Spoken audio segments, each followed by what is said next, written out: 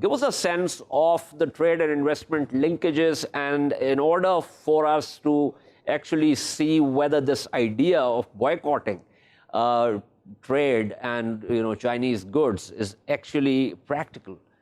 So, it's unfortunate that, India and China have had this border, war of a kind, and that has spoiled the relationship between the two countries at the moment. There is a lot of anger in India because Indian people see this as a change in the earlier position between China and India. Now the trade is actually very much in favor of China, with almost a $50 billion surplus in trade with China.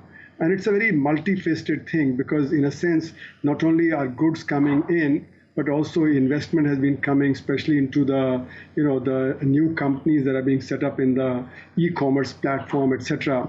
So, it's a multifaceted relationship where, trade and technology and investment and, so on are affected. But, there are a certain number of goods which are, less important than others.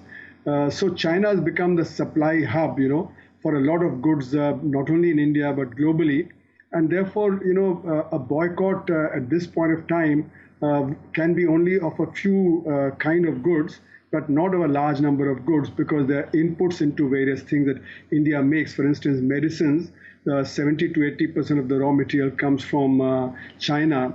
So it'd be very difficult for India to boycott Chinese inputs into medicines. Similarly, into a lot of electronics, the inputs are coming from China. So that would also be rather difficult at this point to boycott. So I would say that, this is a strategic relationship between China and India. And we should, think about government to government, how to solve this problem. People would be angry and there'd be reaction to begin with, and people would, protest about Chinese goods coming in, etc. But I think the governments have to handle this